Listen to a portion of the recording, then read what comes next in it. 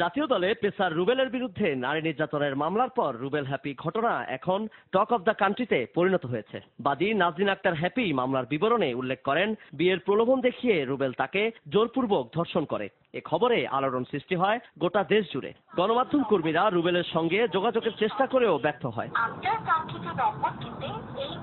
এদিকে মিরপুর থানায় মামলার অগ্রগতি জানতে আসেন হ্যাপি। পরে গণমাধ্যমের সামনে নিজের অভিযোগ তুলে ধরেন। বিয়ের কথা ছিল আমাদের, কথা তো ডিপেন্ড করে একটা সময় মিডিয়া সেটাও কথা বলেছিলাম, ছেড়ে দিয়েছিলাম। পরে তারপরেও যখন দেখলাম যে অন্য মেয়েদের সাথে রিলেশন আছে, ওটা যখন আমি দেখতে পারি তখন আসলে রিলেশনটার মধ্যে প্রবলেম হয়। আপোষের কথা তো বলা হয়েছিল, ও এসেছিল আপোষে, দেন হঠাৎ করে ও আমাকে হুমকি দিচ্ছে যে আমি ওর নামে মামলা করে কিছুই করতে পারবো না। শুধু বিয়েতে রাজি না হওয়ায় মামলা কতটা যৌক্তিক এবং মানসিক ও শারীরিক নির্যাতনের বিষয়ে গণমাধ্যম কর্মীদের কাছে এভাবেই নিজের অবস্থান তুলে ধরেন হ্যাপি।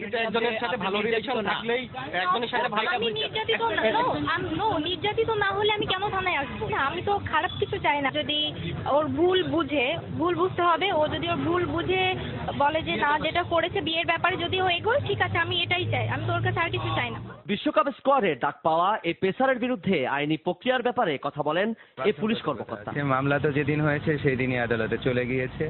অভিযান ও তাকে গ্রেফতার অভিযানও আমরা পরিচালনা করিয়েছি এবং যেটা হচ্ছে দ্রুত বিচার আইনের একটা টাইম ফ্রেম আছে, এর মধ্যে তদন্ত কমপ্লিট করে আদালতে চার্জশিট বা ফাইনাল রিপোর্ট যেটাই দিতে হয় এবং সেটাই দেয়া হবে। মিরপুরের মেয়ে হ্যাপি জানান, 9 মাস আগে রুবেলের সঙ্গে পরিচয় হয় তার, এরপর প্রণয়। এদিকে মামলার পর থেকে পলাতক রয়েছেন রুবেল। মিডিয়া সেটাও কথা বলেছিলাম, ছেড়ে দিয়েছিলাম। পরে তারপরেও যখন দেখলাম যে অন্য মেয়েদের সাথে রিলেশন আছে, ওটা যখন আমি দেখতে পারি তখন আসলে রিলেশনটার মধ্যে প্রবলেম হয়। আপোষের কথা তো বলা হয়েছিল, ও এসেছিল আপোষে, দেন হঠাৎ করে ও আমাকে হুমকি দিচ্ছে যে আমি ওর নামে মামলা করে কিছুই করতে পারবো না। শুধু বিয়েতে রাজি না হওয়ায় মামলা কতটা যৌক্তিক এবং মানসিক ও শারীরিক নির্যাতনের বিষয়ে গণমাধ্যম কর্মীদের কাছে এভাবেই নিজের অবস্থান তুলে ধরেন হ্যাপি। নির্যাতিত না হলে আমি কেন থানায় আসবো? আমি তো খারাপ কিছু চাই না। যদি ওর ভুল বুঝতে হবে। ও যদি ওর ভুল বুঝে বলে যে না, যেটা করেছে বিয়ের ব্যাপারে যদি ও এগোয়, ঠিক আছে, আমি এটাই চাই। আমি তো ওর কাছে আর কিছু চাই না। বিশ্বকাপ স্কোয়াডে ডাক পাওয়া এই পেসারের বিরুদ্ধে আইনি প্রক্রিয়ার ব্যাপারে কথা বলেন এই পুলিশ কর্মকর্তা। মামলা তো যেদিন হয়েছে সেই দিনই আদালতে চলে গিয়েছে।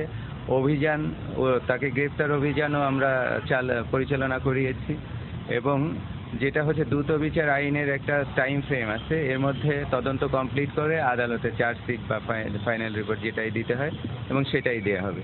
মিরপুরের মেয়ে হ্যাপি জানান, 9 মাস আগে রুবেলের সঙ্গে পরিচয় হয় তার, এরপর প্রণয়। এদিকে মামলার পর থেকে পলাতক রয়েছেন রুবেল।